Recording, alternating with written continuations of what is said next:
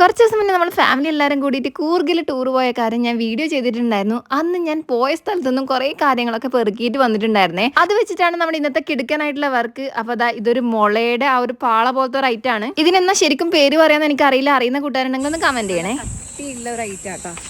നമ്മൾ പൊട്ടിപ്പോയിട്ടില്ലെങ്കിൽ നല്ല അടിപൊളിയായിട്ടുള്ള എന്തെങ്കിലും വർക്ക് ഞാൻ കാണിച്ചു തരാം.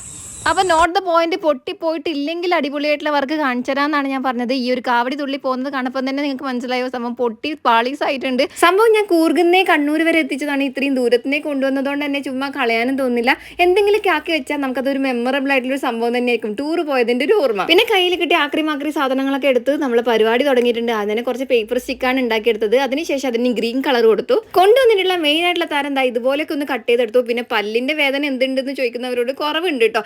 സംഭവം പല്ല് വരുന്നതിന്റെ തന്നെയാണ്. അതിന്റെ കുറെ ലക്ഷണങ്ങളൊക്കെ അങ്ങ് ദൂരെ കാണാനുണ്ട്. സംഭവം ഞെട്ടിയില്ലേ? അപ്പോൾ ഫൈനൽ ലുക്ക് ഇഷ്ടമായ ഗ്രീൻ ഹാർട്ടെങ്കിൽ കമന്റ് ചെയ്യുക, വീഡിയോ ലൈക്ക് ചെയ്യുക, ചാനൽ സബ്സ്ക്രൈബ് സപ്പോർട്ട് ചെയ്യണേ.